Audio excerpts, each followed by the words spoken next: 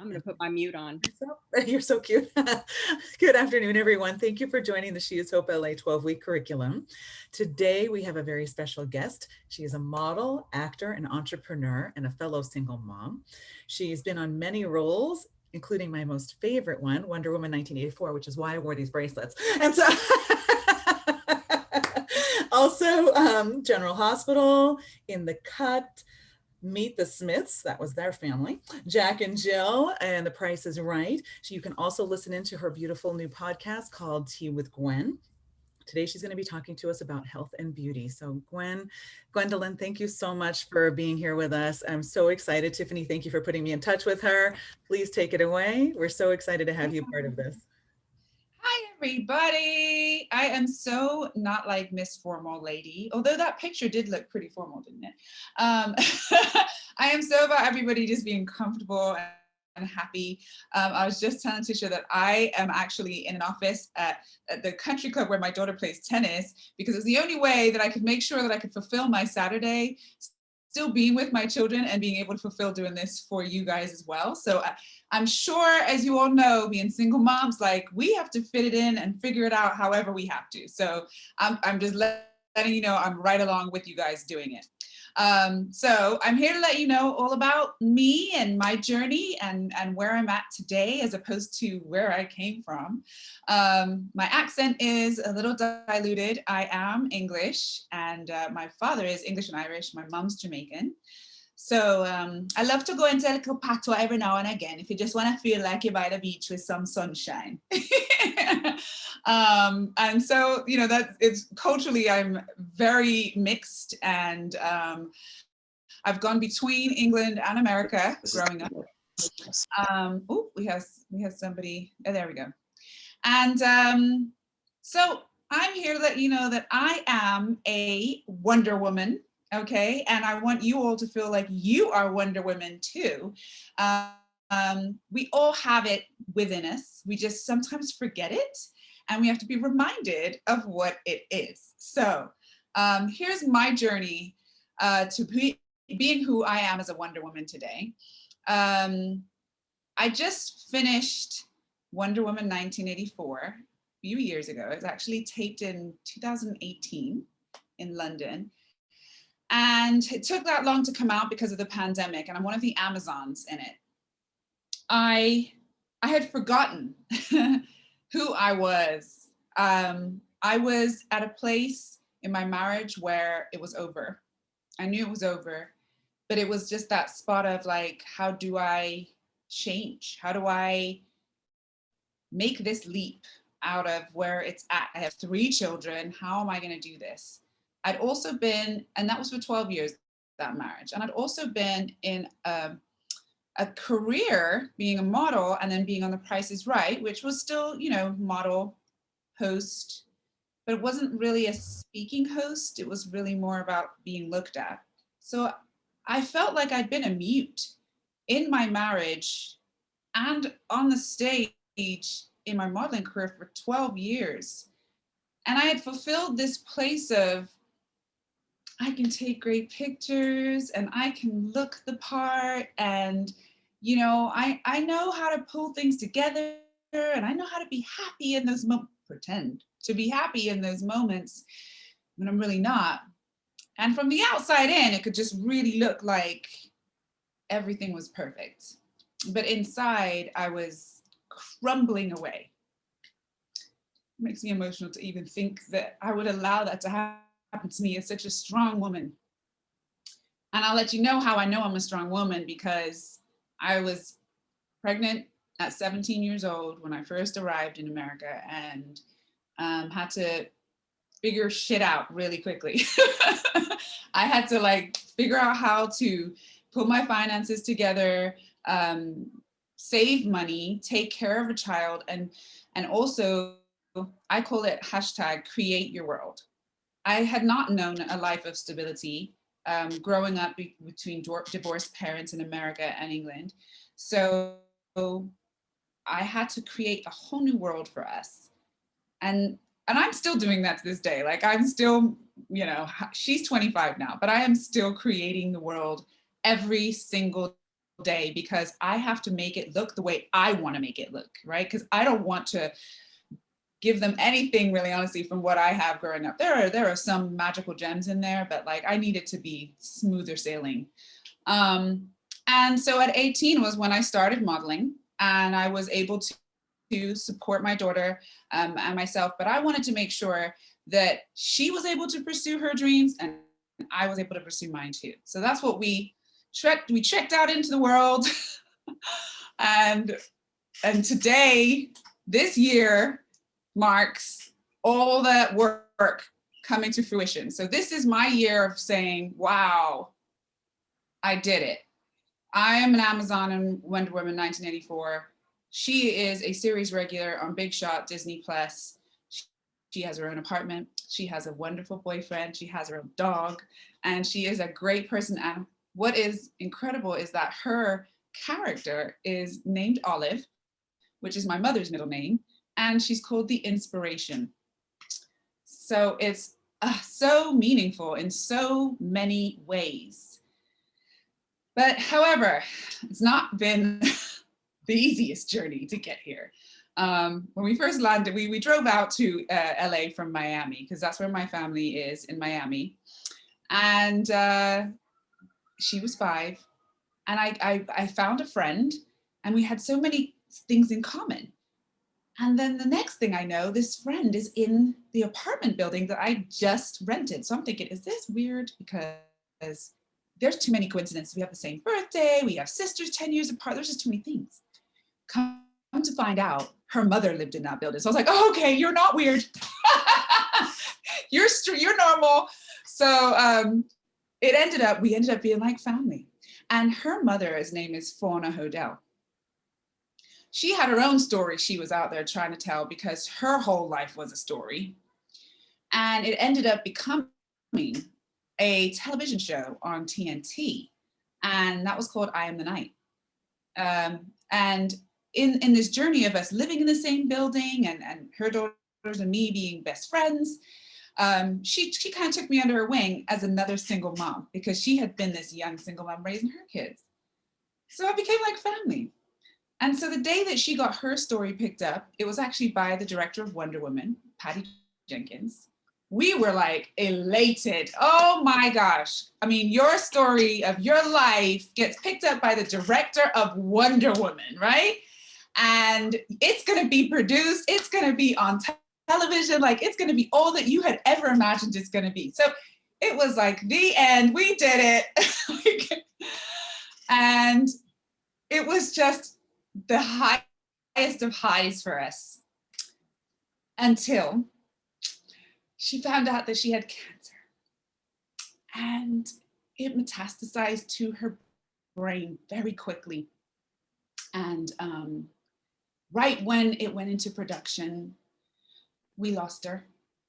And so Patty Jenkins had been so close to her, because this story was produced about her life, that we knew she was going to come to her funeral. We called it her celebration of life. And so I was in charge of the music. I sing. So I was like, I'll make sure that she gets the song that she wants, sung by the singer that she wants. And it was actually, oh, happy day, oh, happy day. And so that was the song. And I really wanted to just tell Patty Jenkins how excited I was that she was the person that had taken this mentor of mine's life and made it real for everybody else to hear. Before I could ever approach her, she actually tapped me on the shoulder and was like, I've been watching you. I've been watching you around this funeral, taking care of things and your kids and helping out with Juana's daughters and everything. And I would like to invite you to be one of my Amazons in Wonder Woman 1984. Like, yes! What do you need me to do? Like, do you need me to do martial arts? I got that. You need me to sing, play piano, like whatever you need me to do, gymnastics, whatever you need me to do.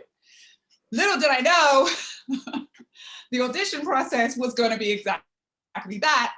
Because if you do go to my Instagram, which is It's Gwendolyn, you will see that I walk into this like Cirque du Soleil type of place, and you know, there's all kinds of stuff going on in there, you know, and I'm like, whoa, okay, you know, but we're just gonna do this. We're gonna act like this is what we do and it's gonna be good.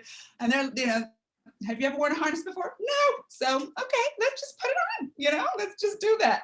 And they're like, oh, and then there's a wall here and there's a mattress right next to it. And so what you're gonna do, Gwendolyn, is you're just gonna go ahead and you're just gonna jump up the wall, you're gonna flip backwards and you're gonna land in a martial arts stance. You got it? Okay?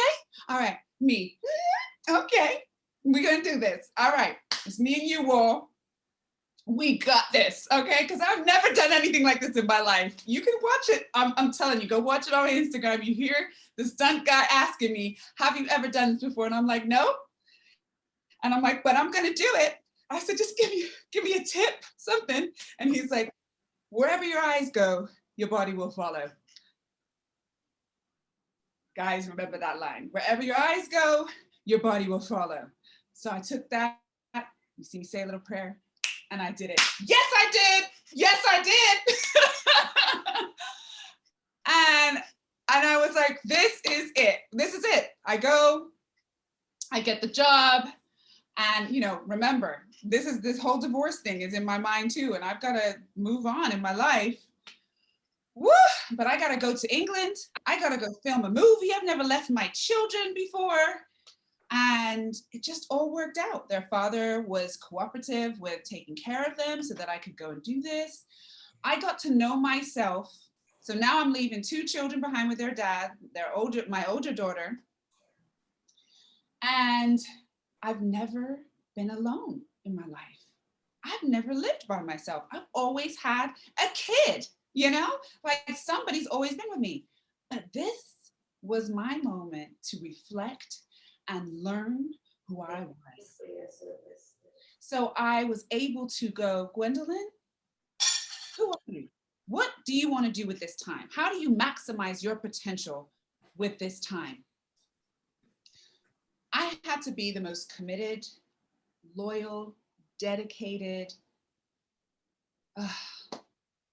just selfish, I guess. The first time ever selfish, because I had to take care of myself from the inside out. The training was 6 weeks of intense stunt and physical training for 6 hours a day.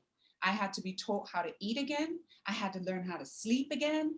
And so there was so much time I had to take care of my body while I'm just sitting there. So I had to read. So I took all of this and was like, right, this is the new beginning. When I was on the set with these girls, I'm like, wow, every single woman was like a woman that Patty Jenkins had gone out into the world and handpicked for her movie. I see your heart, Megan. Thank you very much. And I was like, wow. And you know what? I had to realize I'm not watching a movie.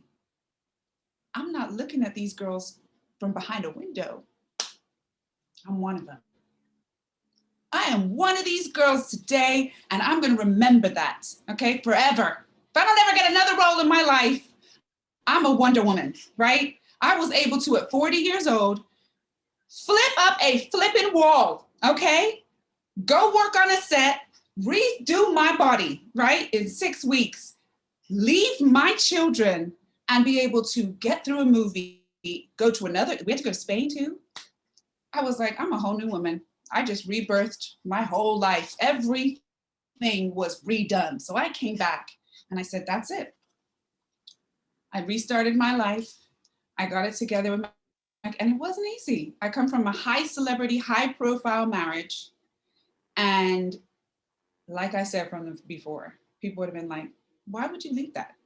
You had everything you needed. But I didn't. Because I didn't have me. I didn't have me. And I was able to go find me. And I'm so happy with me. I was like, shit, Gwendolyn, you're a lot of fun.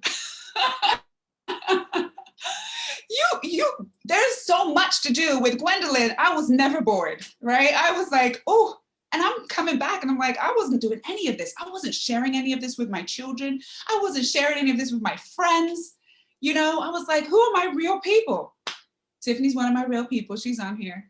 Who are the people that love to sing and dance and act and play and take risks and chances and love life, right? That's what I needed to find. That is what's living life. Being able to show my children that Gwendolyn is what's living life. Now, I know you think that might be the end, but it's not. Because after coming back and getting my new life in LA again, COVID happened. Mm-hmm. So here I am thinking that it's going to be all hunky-dory and I'm just going to get back into the regular flow of life where children go to school every day. No, we're in an apartment because I'm thinking I've got to save my money, right? I was going to lose my mind. I was like, no, we got to figure this out. Guess who catches COVID? Right lung filled with fluid, can't breathe, pain in the chest, all of it. Thankfully, the children were with their dad for that amount of time. So I was able to get through it. But there was a moment there where I had to really think, what was the last conversation I had with my kids? How are they going to remember me? What am I leaving behind? What are people going to say at my funeral? Because right now I feel like it could be next week. Maybe I need to start planning it because I feel like it might actually happen. And that is me. I would actually plan my own funeral. So I'm like, this is what's going on in my mind. I can't leave the world like that. I need to know what kind of message I am leaving behind. I need to know what I am leaving my children in every way, in every way. So I didn't go to the hospital, you guys. My doctor was like, as your doctor, I'm telling you to go to the hospital. But as somebody who knows that you have meditation in your backpack and you can figure out how to breathe through something, the minute you feel you really can't breathe and you can't handle this, Gwendolyn, you go to the hospital. But otherwise, it's a shit show and I don't want you to go. So I didn't. And I got through. I actually had a friend who risked their life to come and like rub my back down and get through it all.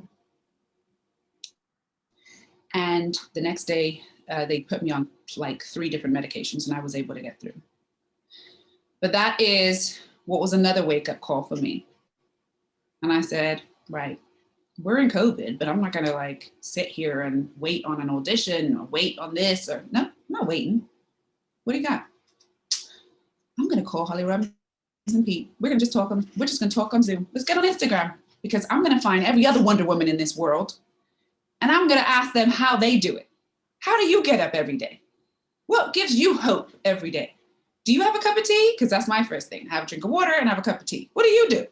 Do you meditate? Do you work out? You know, I started thinking about all the Wonder Women. What does Michelle Obama do?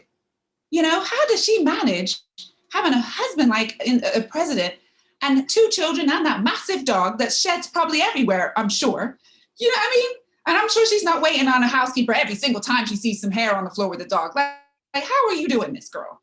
That's what I want to know. So this is what I did. I started Tea with Gwen on my Instagram. And I started asking all these women, these successful women, how do they do it? How are you starting your businesses? How are you keeping your business? How are you keeping your life? How do you smile every day? And that then turned into a podcast. So I now have a podcast called Tea with Gwen. And you guys can subscribe and go find out with all the women, the Wonder Women of the world that I ask these questions to. How do they maintain their health, their wellness? How do they eat? How do they sleep? And I'll tell you, I've found out lots of information. So you can ask me any question you want. But I try to make sure I get 7 hours of sleep. Through all this too, I've also started my own facial oil. It's still connected to the beauty world. So I have an anti-aging facial oil and it's called Lo Malik. My children's names are London, Malloy, and Monique.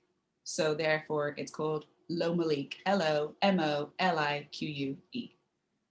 And I talk about other products that are great for your skin and your face and your hair and your teeth, your body on there. And, you know, other things that other women have. There's nutrition, there's your gynecological needs, because that's important too.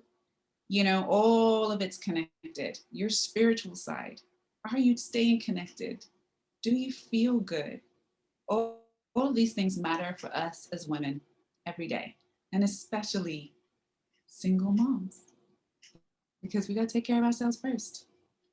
So I want to thank you all for listening to all of my things and my story. But I'm here today in one of the really messy tennis pro shops because my 8-year-old is out there getting her tennis lesson while I'm here talking to you. And that is a part of a dream of mine that I can be able to do. So thank you for listening. Oh my gosh, thank you so much. I'm going to go ahead and stop recording so everybody can go ahead and ask any questions they would like. And